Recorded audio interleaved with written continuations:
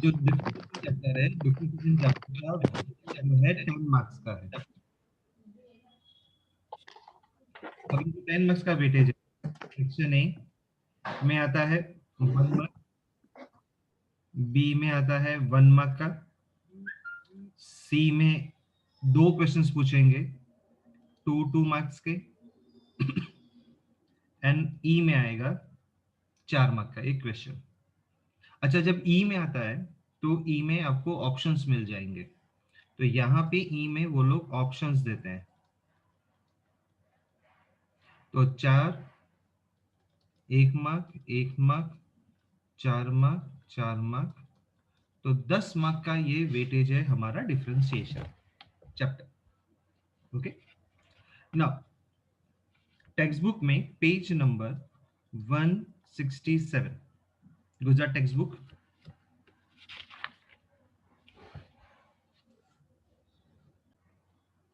अगर आप देखोगे तो ऑन पेज नंबर 168 पे इंट्रोडक्शन में लिखा है, in the first line underline करना, differentiation is a technique which is used for analyzing the way in which function fx changes and how much does it change with change in the values of x। ये 3 line को आपको underline करना है। तो ये क्या बोलना चाहता है? सिर्फ डिफरेंशिएशन, डिफरेंशिएशन का मतलब क्या है?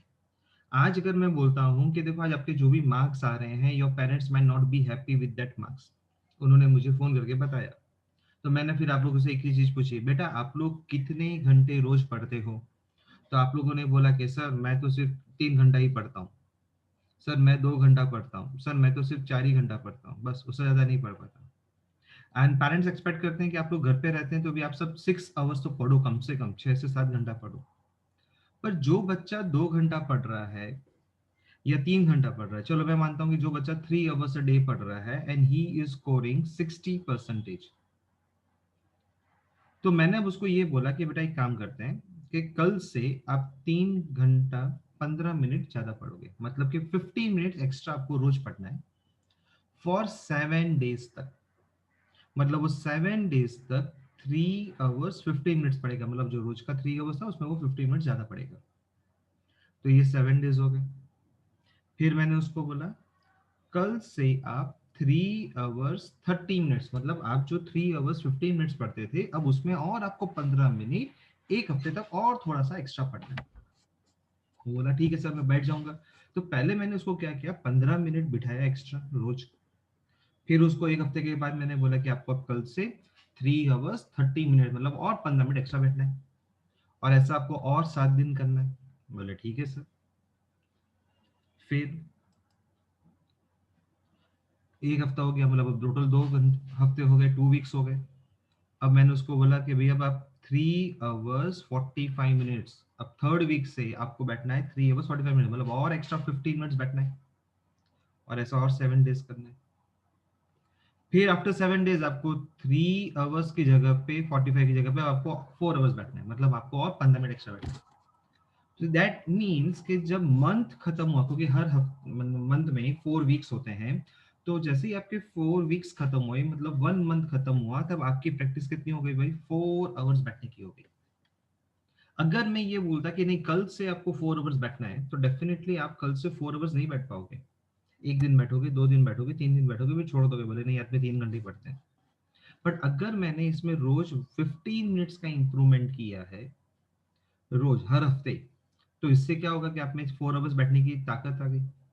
एंड प्लस नाउ आपका टेस्ट लिया गया तो पता चला कि भाई रिजल्ट जो है उसमें 68% आया।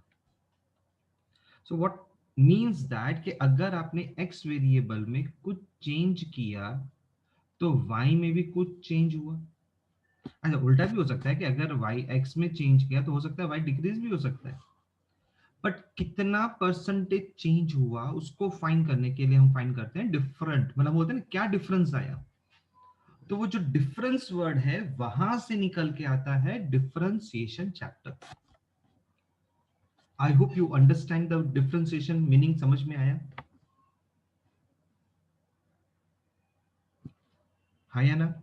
डिफरेंशिएशन समझ में आया जो मैंने समझाया? Yes sir. Yes sir. तो डिफरेंशिएशन क्या है? एक टेक्निक है which is use for analysing the way in which function F x changes and how much does it change with the change in the values of x. मतलब आपने क्या change, जैसे कहते हैं ना मेडिसिन में क्या होता है, 1 ग्राम, एक छोटा सा ड्रॉप या 1 ml या 1 लीटर या कुछ भी हम जो डालते हैं थोड़ा बहुत, उससे फॉर्मूला चेंज हो जाता है।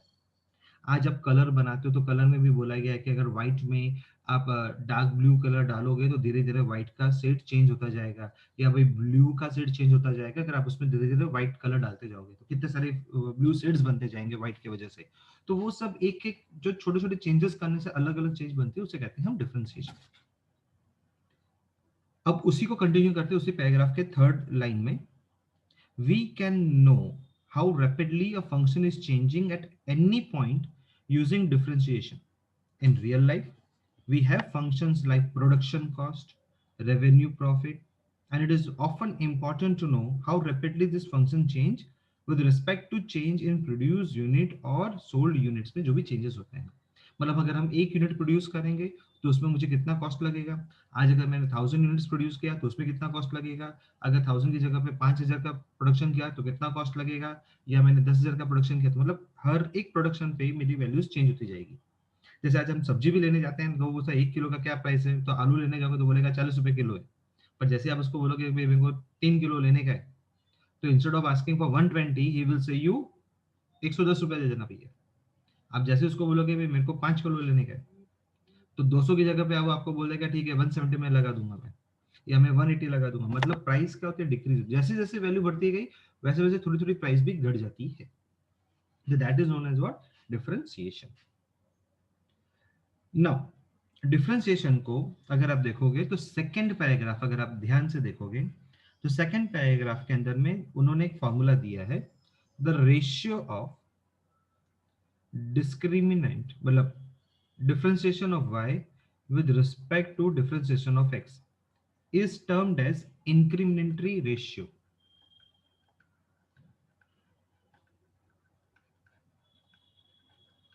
ऐसा सिंबल दिखेगा, ये तो स्टैटिस्टिक्स में बोला, बट इन इकोनॉमिक्स में आपने यही चीज पढ़ी है, delta y upon delta x। और डेल्टा y को आप लोग बोलते थे change in the value of y, and delta x को बोलते थे change in the values of x।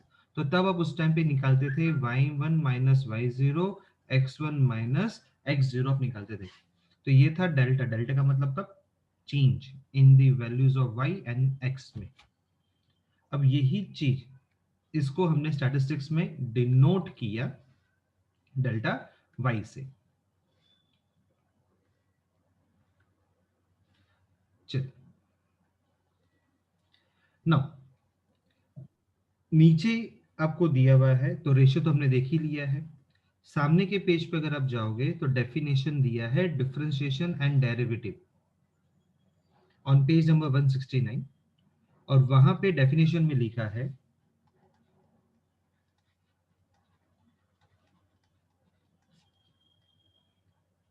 कि भाई लेट एफ फंक्शन, क्योंकि ये फंक्शन है A to B and A belongs capital A, where A is an open interval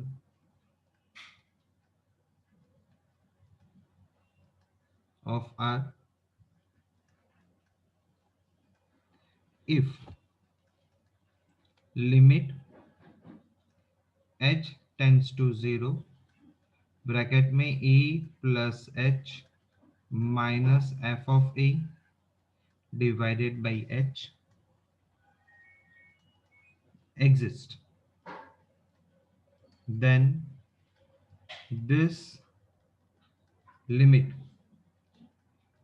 of a function f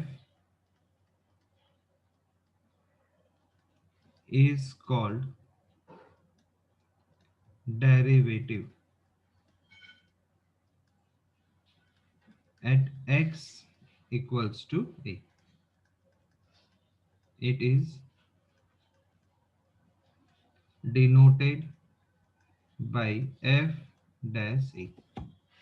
तो कहने का मतलब था कि ये फॉर्मूला है, ये डेफिनेशन है कि भाई function a tends to b होगा, जो a एलिमेंट्स होते हैं वो a को बिलोंग होना चाहिए, a एक ओपन इंटरवल है ऑफ r यानी रियल नंबर्स का।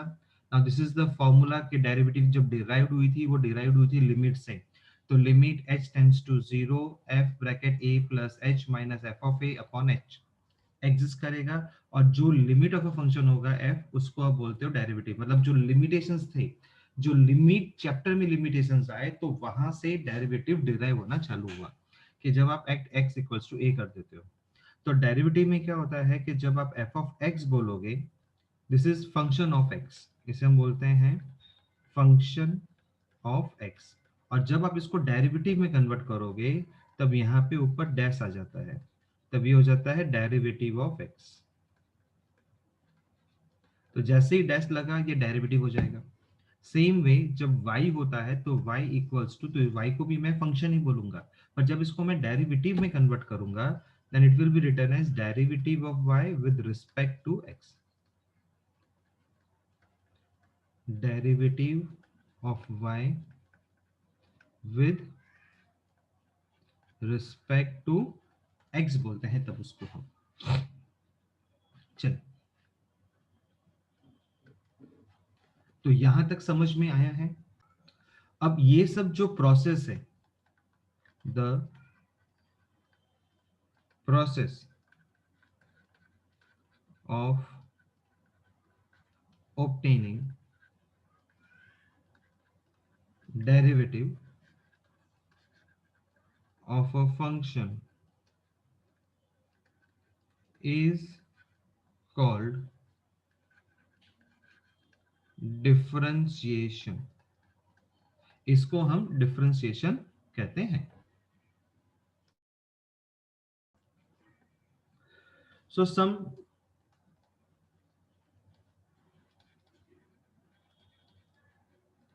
standard derivatives पढ़ेंगे अब हम लोग। सबसे पहला फॉर्मूला है कि अगर आपको दिया है y is equal to x का पावर n, तो अगर आपको दिया है y is equal to x का पावर n, तो इसका फॉर्मूला है कि आप इसको डेरिवेटिव में कन्वर्ट करोगे तो derivative of y with respect to x बोलोगे, that is dy by dx बोलेंगे, इक्वल्स टू n आगे आ जाएगा, n आगे आ गया, x और पावर में n माइनस वन हो जाएगा। सो दैट मीन्स, अब इसको आप एग्जांपल से समझते हैं कि अगर मैंने आपको दिया है y is equal to x का पावर 3, तो अब इसका मतलब हो जाएगा कि derivative of y with respect to x, तो 3 को मैं आगे लेके आऊंगा x and this will be 3 minus one, तो 3 माइनस वन हो जाएगा 2। तो x क्यूब का जो डेरिवेटिव है that will be 3x square होगा। समझ में आया सबको? y is equal to x का पावर 4 है, तो इसका मतलब है कि dy upon dx is equal to 4 आगे आएगा, x 4 माइनस वन हो जाएगा according to the formula, so this will be 3, तो 4x क्यूब हो गया। समझ में आया? y is equal to x का पावर 2, तो what will be the derivative, dy upon dx is equal to, तो 2 आगे आ जाएगा, x 2 माइनस वन, अब 2 माइनस वन हम लिखे या ना लिखे कोई फर्क पड़ेगा नहीं क्योंकि वन ही है। y is equal to x, now this is the second, मतलब ये फॉर्मूला ही बन जाता है कि अगर y is equal to x है तो डेरिवेटिव विल ऑलवेज बी 1, क्योंकि इसका पावर ऊपर 1 दे रखा है, तो ये 1 आगे आ गया, x 1 minus one, so 1 multiply x का पावर 0, एंड अलजेब्रा में x का power 0 is always equal to 1 multiply 1, यानी आंसर 1 ही आएगा। तो इसीलिए y इज इक्वल टू अगर x है तो उसका derivative will always be equal to 1 होगा। चलिए, एनी डाउट हो गई है? समझ में आया है? Yes sir. Yes sir. कि y इज इक्वल टू, मैंने आपको k दिया है, k का मतलब है कांस्टेंट,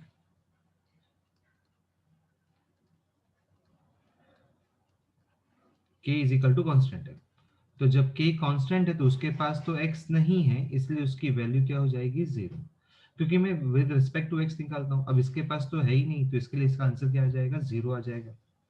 तो दैट मींस इफ आई से y इज इक्वल टू 5 है, तो डेरिवेटिव विल बी 0, क्योंकि 5 के पास x नहीं है, तो डेरिवेटिव नहीं निकल सकता। देखो, आज अगर मैंने यहाँ पे ऐसा बोला कि भाई y is equal to 5x cube, तब ये क्या होता है, 3 आगे आएगा। तो जब ये 3 आगे आता है तब ये 5 के साथ मल्टीप्लाई होगा, x 3 माइनस 1 2 हो जाएगा, तो 5 इंटू 3 कितना हो जाएगा, 15x² हो गया। अब इसके पास तो x है ही नहीं, तो इसीलिए इसकी वैल्यू 0 हो गई। तो अगर मैं बोलूं कि भाई y इज इक्वल टू, सिर्फ क्या लिखता हूं, 5a भी लिखा मैंने, तो भी इसका आंसर तो क्या हो जाएगा, 0 हो जाएगा, क्योंकि 5a है, x नहीं है, क्योंकि मैं डेरिवेटिव x का निकाला, तो इसके पास जब x है ही नहीं, तब ये क्या हो जाएगा, 0 हो जाएगा। If I write down in this way कि भाई 3x² प्लस 2x प्लस 1, अब इसका डेरिवेटिव निकालना है। तो अगर मैं देखो इसका डेरिवेटिव निकालूंगा, तो इसका डेरिवेटिव में क्या होगा कि 2 आगे आ जाएगा, तो 2 3 के साथ मल्टीप्लाई हो जाएगा, तो 2 3 जा 6 x², तो 2 माइनस 1 क्या हो जाएगा, 1 प्लस x का डेरिवेटिव क्या होता है, तो ये याद रखना है, मैंने आपको पहले ही बोला x का derivative is always equal to 1 होता है। तो 1 मल्टीप्लाई 2 क्या हो जाएगा, 2 हो जाएगा। तो और 1 इज अ कांस्टेंट, इसका डेरिवेटिव क्या हो जाएगा, 0। तो 6x plus 2 is the answer. आप ये भी आंसर बोल सकते हो। आपको अगर ये आंसर नहीं बोलना है तो आप यहाँ से 2 को कॉमन निकाल सकते हो, तो 6x प्लस 1 भी आंसर बोल सकते हो। मतलब आपका आंसर ये भी राइट है और ये भी राइट है, वो चॉइस आपकी है कि आपको किस तरीके से उसको कंसीडर करना है। चलिए, समझ में आया है ये part? Yes, Yes, sir. sir. Okay, तो Yes. Very good. अब दूसरा है, अब देखो फोर्थ फॉर्मूला है। अब फोर्थ फॉर्मूला के लिए सबसे पहले मैं आपको कंसेप्ट समझाता हूं कि आपको दे रखा है 1/x। इसका मैं आपको आंसर बता देता हूं कि भाई dy/dx वुड बी -1/x²। इसका डेरिवेटिव ये है, पर ये आया कैसे पहले वो समझ लो। ऐसे तो आपको डायरेक्टली लर्न करना है कि भाई 1/x है, तो your answer would B -1/x²। But ये आया कैसे, तो इसको लाने का भी तरीका है कि अगर आप फॉर्मूला भूल जाओ तो लाओगे कैसे, कि आप x को ऊपर ले जाओ, न्यूमरेटर में ले जाओ। तो जैसे ही आप न्यूमरेटर में ले जाओगे तो ये क्या हो जाएगा, x का पावर -1 हो जाएगा। देन dy/dx फाइंड करना है, तो -1 आगे लेके आएंगे रूल नंबर 1 के हिसाब से। सो -1 आगे आएगा, x -1 हो जाएगा, सो -1 x का पावर -2। तब इसके लिए आप इसको कैसे लिखोगे, -1/x²। तो ये इस तरीके से इसका आंसर आए। तो आपको ये याद रखना है कि भाई y is equal to 1/x है, then your answer would be dy/dx is equal to -1/x²। चलो, याद रहेगा, समझ में आया? Yes. Yes, sir. अच्छा, अब देखो इसमें थोड़ा सा चेंज। कभी कभी एग्जाम में ऐसा भी हो सकता है कि y/3/x दे दे, तो तब आप इसको डायरेक्टली कैसे लिखोगे, तो देखो आप इसको ऐसे लिख सकते हो, 3 मल्टीप्लाई 1/x। वो 3 मल्टीप्लाई 1 करोगे तो 3 आएगा। और अब आपको पता है कि इसका डेरिवेटिव क्या होता है। सो dy/dx का डेरिवेटिव क्या होता है, -1/x² होगा। 1/x का डेरिवेटिव होता है -1/x²। अब इसको 3 के साथ मल्टीप्लाई कर दो, तो अब आप इसको 3 के साथ मल्टीप्लाई कर दोगे, इसलिए आपका आंसर हो जाएगा -3x² हो जाएगा तब।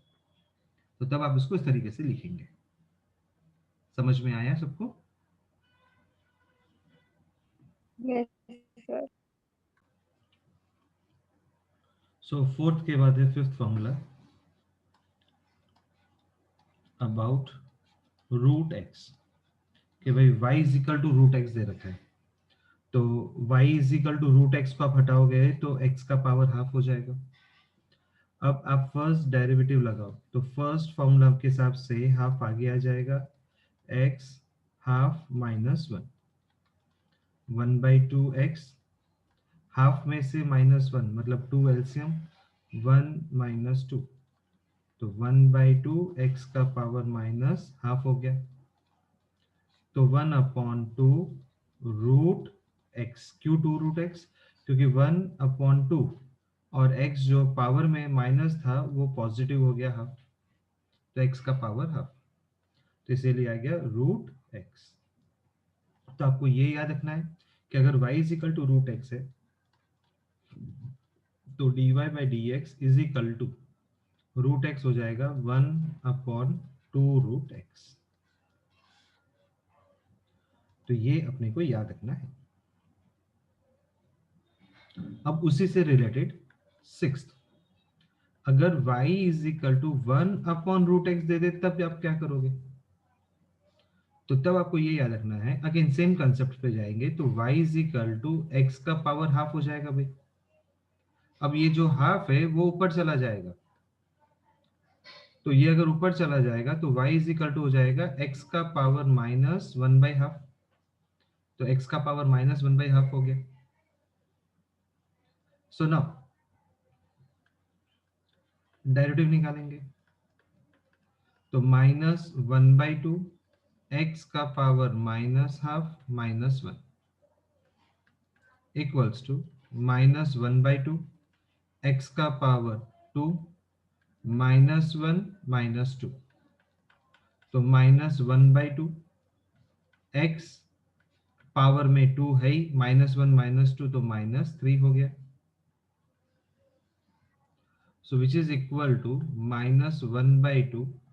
इसे पॉजिटिव करने के लिए आप नीचे डिनोमिनेटर में ले जाओगे, तो this will be considered as 3/2, इसे आप 3/2 कंसिडर करेंगे,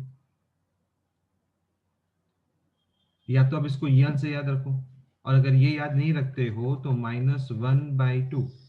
अब now try to understand one thing, मैं सिर्फ इतने से पार्ट को यहाँ पे स्प्लिट करके बता रहा हूँ कि x 3 × हाफ हो जाएगा, एंड 3 × हाफ का मतलब है कि रूट हाफ का मतलब रूट हो जाए एन एक्स क्यूब। अब x क्यूब का मतलब यानी क्या होता है, x × x × x, तो 2x में से एक x बाहर आ जाएगा, तो x रूट x हो जाएगा, तो इसीलिए मैं डायरेक्टली यहाँ पे क्या लिखूंगा, 2x रूट x लिखूंगा। So this concept is to be remembered, तो इसीलिए हम लोग यहाँ पे क्या बोलेंगे कि भाई y इज इक्वल टू अगर 1/√x है तो इसका फॉर्मूला क्या होगा, dy/dx is equal to -1/2x root x। तो ये आपको याद रखना है। समझ में आया इतना पार्ट? Yes sir. तो आपको Yes, सिर्फ sir. ये पार्ट याद रखना है कि अगर y is equal to √1/x आया तो इसको हम सॉल्व कैसे करेंगे। हाँ, अगर एग्जाम में 1 मार्क में ये सेक्शन बी में पूछ लिया कि इसको सॉल्व कैसे करना है, तो ये उसका पूरा प्रोसेस है कि इसको हम सॉल्व कैसे करेंगे। बाकी अगर कोई सम में पूछा तो हम लोग डायरेक्टली लिख सकते हैं -1/2x root x is the formula, तो this is to be remembered, right.